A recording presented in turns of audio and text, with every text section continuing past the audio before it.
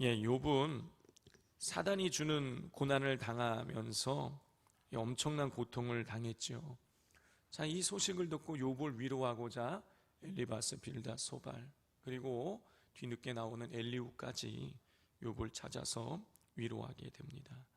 자, 그런데 이 찾아온 친구들은 욥을 위로하기는커녕 욥과 논쟁을 벌이죠. 엘리바스, 빌닷, 소발과 논쟁을 벌인 그 내용이 4장부터 28장까지가 나옵니다. 그리고 29장부터 31장까지는 이 논쟁을 마친, 친구들과의 논쟁을 마친 욥이 마치 재판장 앞에서 최후의 변론을 하듯이 욥이 자기의 그 무지함에 대해서 그렇게 강하게 주장하는 그 내용들이 쭉 나옵니다.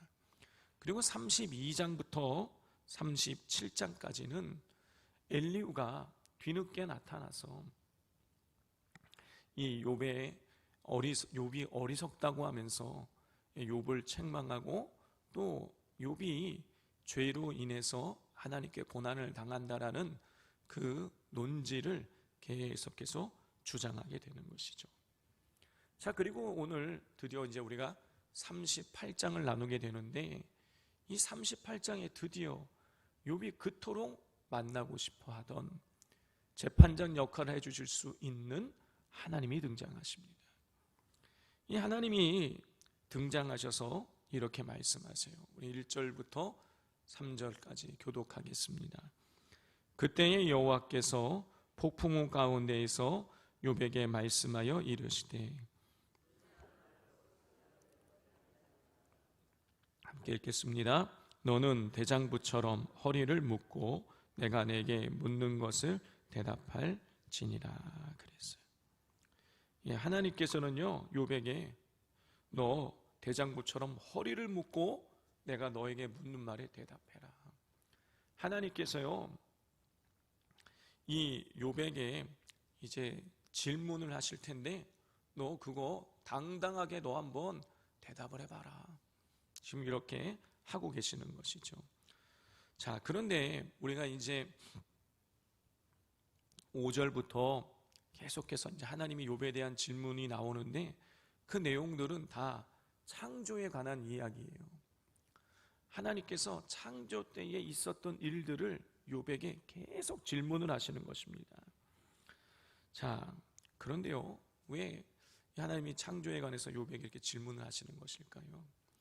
우리가 욥기의 앞부분들을 읽어보면 9장과 10장과 12장을 읽어보면 하나님께서 욥이 이렇게 친구들에게 말하는 것을 봅니다.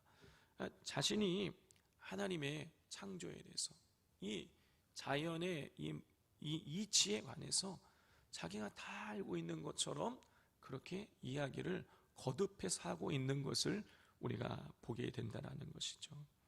그리고 13장 22절을 보면 그렇게 9장, 10장, 12장에서 이 자연 만물의 이치에 관해서 자신이 다 알고 있는 것처럼 이야기를 하다가 13장 22절에 가면 만약 하나님이 자신에게 질문을 하시면 자신이 대답할 수 있다 라고 이렇게 말하고 있는 것을 보게 되는 것이죠. 욥은 자신이 자기의 친구들보다도 지혜롭고 자신이 하나님의 질문하는 것에 대해서도 대답할 수 있을 만큼 자신이 지혜롭다라는 것을 계속해서 반복적으로 이야기해 왔었습니다. 자, 이런 욥에게 하나님께서 야, 너 대장부처럼 당당하게 한번 내가 하는 질문에 대답해 보거라 라고 하나님 말씀하고 계시는 것이죠. 성도 여러분, 이렇게 하나님께서 욥에게 직접적으로 찾아오셔서 질문하시는 것은 이 욥이 간절히 하나님을 만나 뵙기를 원했기 때문인 동시에 이 욥과 욥의 지혜가 하나님의 창조라는 인간이 감히 상상할 수도 없는 그 놀라운 역사와 비교했을 때 얼마나 미미한가를 이 욥에게 깨닫게 만들기 위해서인 것이죠. 성도 여러분, 욥이 너무나 어처구니 없이 보일 수 있죠. 자신이 하나님이 하신 모든 섭리를 다 이해할 수 있다라고 말하고 있으니 욥이 참 어리석고 교만하다라고 우리가 생각할 수 있지만 여러분 그렇지 않아요. 욥만 그런 게 아닙니다. 우리는요 욥보다 더해요. 우리는요 심지어 하나님보다 우리가 더 똑똑하고 우리가 하나님보다 더 잘났다고 생각할 때가 한두 번이 아닙니다. 그걸 어떻게 할 수 있습니까?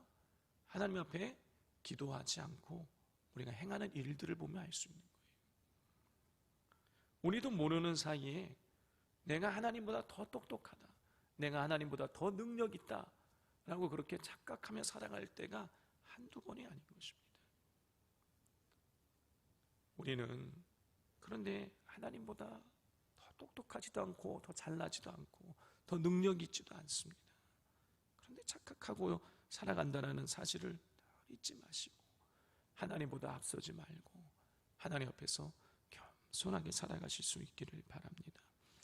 자, 이제 4절부터는 본격적으로 하나님이 욥에 대한 질문이 18절까지 쭉 이어지는데요. 우리 4절부터 7절까지만 한번 교독해 보겠습니다. 내가 땅에 기초를 놓을 때에 내가 어디 있었느냐? 내가 깨달아 알았거든 말할지니라.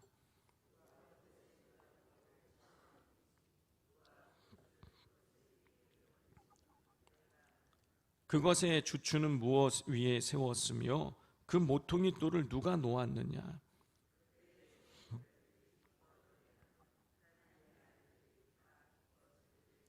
8절도 같이 한번 읽어보겠습니다. 바다가 그 모태에서 터져 나올 때에 문으로 그것을 가둔 자가 누구냐? 하나님께서요 욥에게 내가 이 땅을 지을 때에 너 무엇하고 있었냐? 이 땅이 무엇의 기초 위에 세워져 있는지 아느냐? 바다를 세울 때에 바다가 어떻게 세워지지 않느냐? 내가 그 파도가 파도의 경계를 정해서 육지를 넘어오지 못하게 만들었는데 너 그거 알고 있느냐? 또 12절부터 15절에는요 어둠을 새벽빛으로 몰아내셨다. 16부터 18절까지에는요 이 사망의 땅까지도 하나님이 주관하고 계심을 말씀하고 계세요. 창조의 섭리에 관해서 하나님께서 욥에게 질문하고 또 이 창조가 어떻게 이루어졌는지를 욥에게 묻고 계시는 것입니다. 그러면서 하나님 네가 아느냐? 누가 놓았느냐? 그것을 가둔 자가 누구냐? 네가 보았느냐? 계속해서 질문을 하시는 거예요. 당연히 욥은 이러한 하나님의 질문에 대해서 답할 수가 없는 것이죠. 왜냐? 그때 태어나지도 않았으니까. 자기가 보지도 못했으니까. 그런데 왜 하나님은 욥이 보지도 못한, 경험하지도 못한 그 창조의 질서에 관해서 계속해서 질문을 하고 있는 것일까요? 사실 이게 욥의 아주 결론 부분이에요. 나중에 그 욥의 결론에서도 말씀을 드릴 텐데 이게 우리가 욥기를 이해하는 데 있어서 가장 중요한 핵심 사항인 겁니다. 계속해서 하나님께서 짐승은 왜 그런지 너가 아느냐면서 뒷부분에 계속 질문을 하세요. 왜 창조에 관해서 하나님 그렇게 욥에게 질문을 하고 계시는 것일까요? 지금까지 욥이요 이 4장부터 친구들과 논쟁을 해오면서 또 엘리후가 욥을 비판하는 그 틀도 그렇고 모두 어떤 틀을 가지고 친구들과 욥이 논쟁을 벌였습니까? 인과응보예요. 친구들은 네가 죄라는 원인을 제공했으니까 하나님이 고난이라는 결과를 주셨다. 이 원인과 결과, 인과응보라는 틀을 가지고 욥도 그렇고 친구들은 이 원인과 결과라는 틀을 가지고 욥을 정죄했고 욥은 나는 내가 원인을 제공하지 않았는데 나에게 이런 고난이 왔다 그러면서 계속 항변을 했어요. 이 인간고의 틀을 가지고 이 계속 논쟁을 벌여온 것이죠.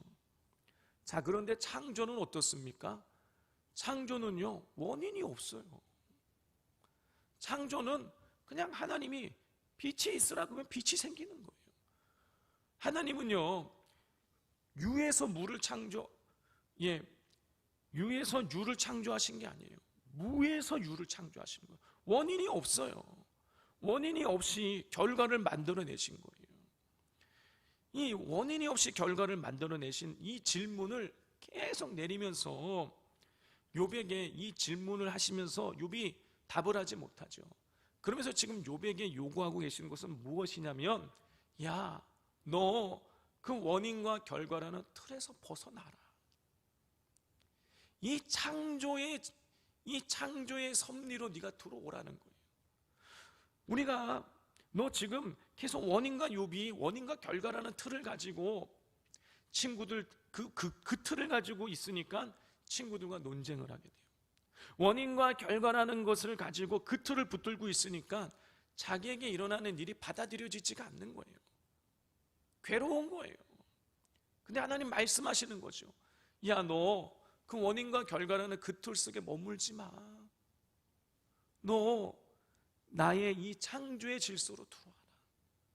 이 얘기는 원인이 없이 결과가 이루어질 수 있다는 창조의 질서로 들어오라는 얘기는 무슨 뜻이냐면 나의 주권을 인정하라는 거예요. 하나님의 질서를 인정하고 하나님의 주권을 인정하고 하나님의 다스림을 인정하라는 거예요. 욥이 똑같은 수준으로 친구들과 똑같은 수준으로 놀지 말라. 나 수준을 높이라는 거예요. 성도 여러분, 우리가 원인과 결과라는 이 틀을 가지고 세상을 이해하려고 하면은요, 이해가 될 때도 있지만은요, 잘못 이해하는 경우가 굉장히 많습니다. 하나님이요, 당신의 뜻을 가지시고 얼마든지 우리를 복되게 하실 수도 있고 우리를 높이실 수도 있고 낮출 수도 있는 거예요. 우리를 광야길을 걷게 하실 수도 있고 우리를 대로를 걷게 하실 수도 있는 거예요. 그건 하나님의 주권인 거예요. 근데 우리는 그 주권을 받아들이지 못하는 것이죠. 하나님, 제가 지금까지 하나님 이렇게 잘 섬겨왔는데 제게 고작 이런 고난을 주십니까? 원인과 결과죠. 받아들여지지가 않아요. 이해가 되지 않는 거예요. 그런데 어떻습니까? 우리가 기도하다 보면은요, 그 하나님의 섭리가 이해가 되는 거예요. 하나님 왜 나에게 이런 고난을 주시는지 그게 받아들여지는 것이죠. 여러분, 그럴 때에 우리가 나에게 주어지는 모든 것이 다 받아들여질 수가 있는 거예요. 이해가 되는 거예요. 바울이 뭐랍니까? 자신은요, 자기가 배고픔에도 풍부함에도 고난에도 모든 환경에 자기가 만족할 수 있는, 적응할 수 있는 일체의 비결을 배웠다고 그래요. 바울이 하나님의 일을 열심히 하는데 하나님, 제가 왜 고난을 당해야 됩니까? 이 틀을 가지고 있으면요, 그런 고백을 할 수가 없는 거예요. 바울은 그런 고백을 합니다. 모든 것을 받아들일 수 있는 일체의 비결을 배웠다. 바울은 원인과 결과라는 틀 속에 거하고 있는 인물이 아닌 거예요. 하나님의 섭리, 하나님의 주권이라는 틀 속에 그가 거하고 있고, 그래서 모든 것이 하나님의 주권 안에 있음을 생각하니 모든 것을 받아들일 수가 있는 거예요. 이게 사실 욥기라는 이 책을 통해서 우리에게 던져주는 이 핵심 내용인 것입니다. 성도 여러분, 어떠십니까? 우리 성도님들은 원인과 결과라는 이 틀로 살아가고 계십니까? 아니면 이 창조, 원인이 없이 결과가 나올 수 있는 이 하나님의 섭리와 주권 아래 살아가고 계십니까? 바라기는 이 하나님의 주권 아래 살아가시면서 하나님의 섭리의 관점으로 세상을 이해하고 바라보면서 더 하나님을 가까이 하실 수 있는 우리 성도님들 되시기를 주님의 이름으로 축복을 드립니다. 우리 시간 같이 우리 오늘 말씀을 기억하면서 우리가 기도하기를 원합니다. 하나님, 우리의 믿음이 더 업그레이드 되게 해달라고. 원인과 결과라는 이 세상 사람들도 가지고 있는 그 틀을 가지고 내가 이렇게 열심히 섬겼으니 하나님 나에게 복 주어야 된다, 내가 이렇게 섬기지 못했으니 나는 고난을 받는다라는 이런 이 원인과 결과라는 이런 이 틀로 우리가 신앙생활하지 않게 하시고, 하나님의 이 섭리, 하나님의 주권을 우리가 인정하면서 하나님 앞에서 우리가 온전하게 살아갈 수 있게 해달라고 기도해 주시고, 비전센터의 준공을 위하여서 오늘 저녁에 드려질 우리 금요 기도회를 통하여서 성령의 기름 부으심과 하나님의 역사를, 치유와 회복의 역사를 우리가 경험하고 체험하게 해달라고 이 시간 주여 삼창하고 부르짖겠습니다. 주여, 주여, 주여. 하나님 아버지, 이 시간 우리 말씀을 우리가 오늘 가슴에 대서 얘기해 됩니다.